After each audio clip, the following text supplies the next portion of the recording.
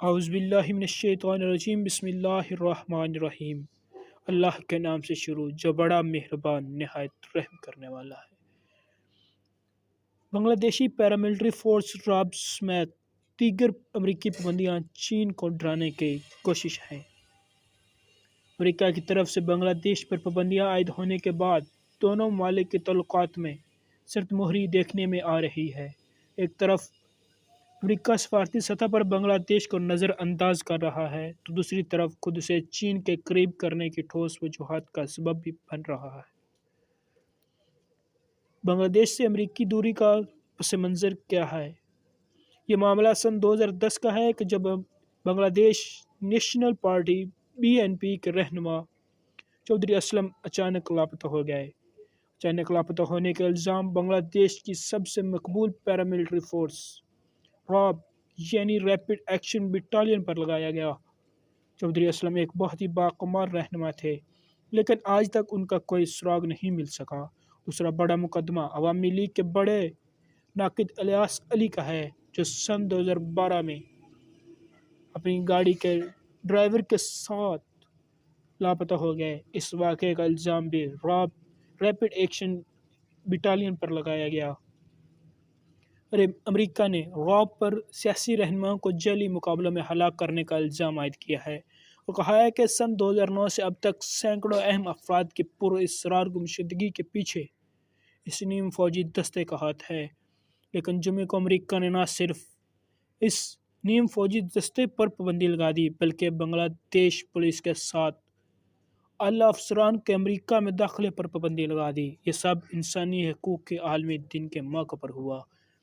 دفاعی امور کے ماہرین اس بات پر حیران نظر آتے ہیں کہ بنگلہ دیش کی فوج کے سربراہ نے چند ماہ قبل ہی امریکہ کا دورہ کیا تھا اور دونوں ممالک کی افواج نے باہمی تعاون کے معاہدے پر دستخط بھی کیے تھے۔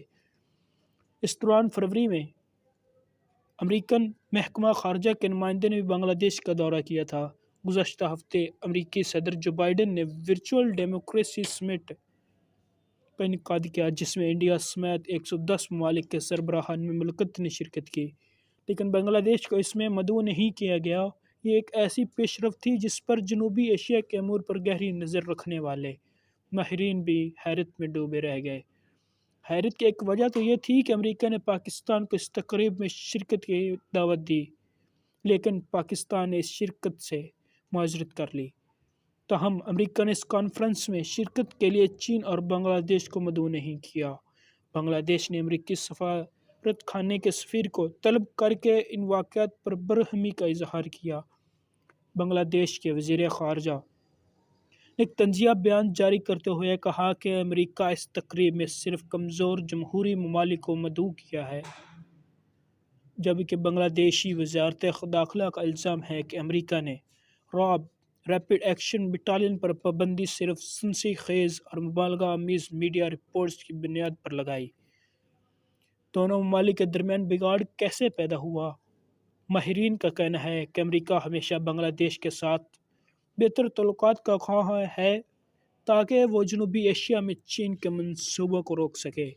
تو دونوں ممالک کے تعلقات میں اچانک موڑ کیسے آ گیا؟ اس کی وضاحت مختلف طریقوں سے کی جا رہی ہے۔ کچھ ماہرین کا کہنا ہے کہ اس کی وجہ بنگلہ دیش کی چین کے ساتھ بڑھتی ہوئی قربت ہے، لیکن کچھ کا خیال ہے کہ اگر امریکہ ایسا کر رہا ہے تو بنگلہ دیش کو چین کے مزید قریب کر دے گا۔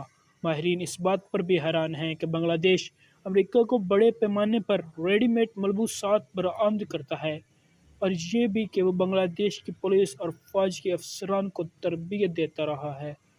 امریکی محکمہ خارجہ کے اعداد و شمار بتاتے ہیں کہ افغانستان اور پاکستان کے بعد سب سے زیادہ امریکی امداد بنگلہ دیش کو دی گئی ہے۔ راب پر پابندی کا اعلان کرتے ہوئے امریکی وزیر خارجہ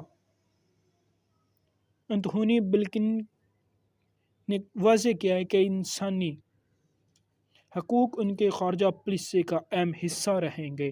انہوں نے یہ بھی کہا ہے کہ ان کا ملک انسانی حقوق کی خلاف ورزی کو روکنے کے لیے وقتاً فوقتاً اقدامات کرتا رہے گا، چاہے یہ دنیا کے کسی کونے میں بھی ہو رہا ہو۔